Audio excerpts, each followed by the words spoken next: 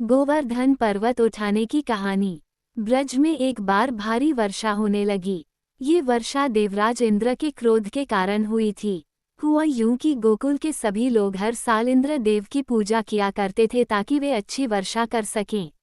लेकिन कृष्ण ने एक दिन गोकुल वासियों से कहा, हमें इंद्र की पूजा करने की बजाय गोवर्धन पर्वत और प्रकृति की पूजा करनी चाहिए, क्योंकि वही हमारे लिए भोजन और पानी का स्रोत हैं। गोकुल वासियों ने कृष्ण की बात मान ली और इंद्र की पूजा छोड़कर गोवर्धन पर्वत की पूजा शुरू कर दी। ये देखकर इंद्र बहुत क्रोधित हो गए। उन्होंने अपनी शक्ति का प्रदर्शन करने के लिए मूसलधार बारिश शुरू कर दी। आसमान में काले बादल छा गए, बिजली कड़कने लगी और पूरे ब्रज को बाढ़ से घेर लिया। गोकुल वासियों ने डरकर कृष्ण से मदद मांगी।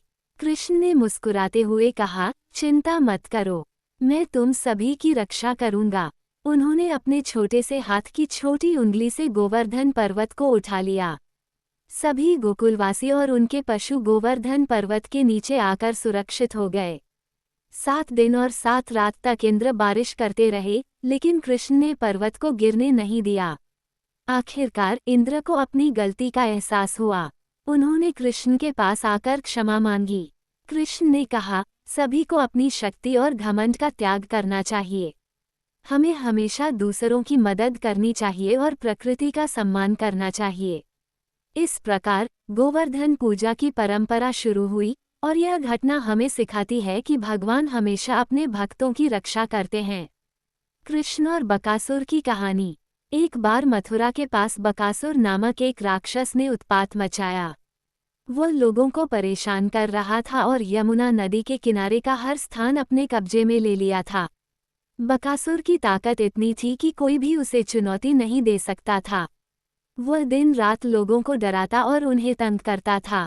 कृष्ण ने ये सुना और उन्होंने तय किया कि बकासुर को समाप्त करना होगा।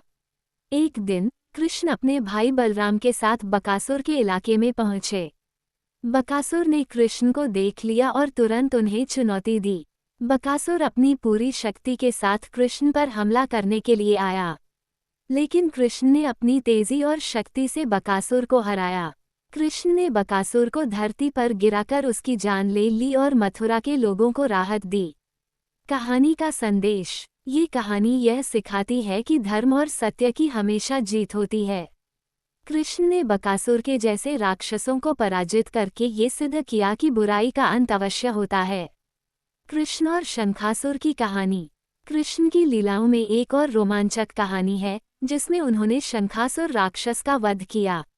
शंखासुर एक शक्तिशाली राक्षस था, जो समुद्र से निकला था और मथुरा और आसपास के गांवों में आतंक मचाने लगा।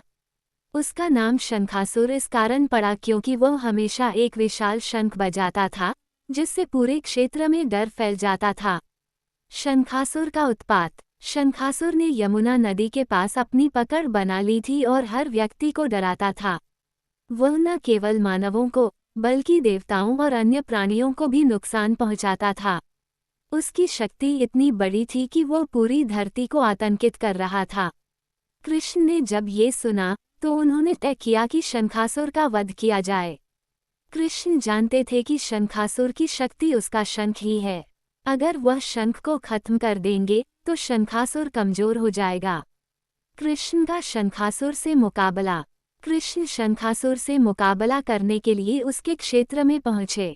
शंखासुर ने अपने शंख को जोर से बजाया, जिससे पूरे क्षेत्र में ध्वनि गूंज उठी।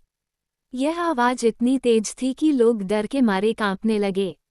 लेकिन कृष्ण ने बिना किसी डर के शंखासुर से युद्ध करना शुरू किया।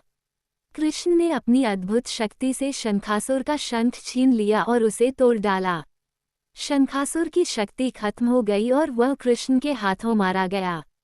कहानी का संदेश। इस कहानी से यह शिक्षा मिलती है कि बुराई चाहे कितनी भी शक्तिशाली हो, अगर भगवान का समर्थन हो तो वह हमेशा नष्ट होती है। कृष्ण ने शंखासुर को उसकी बुराइयों के कारण हराया और यह सिद्ध किया कि सत्य और धर्म की हमेशा जीत होती है।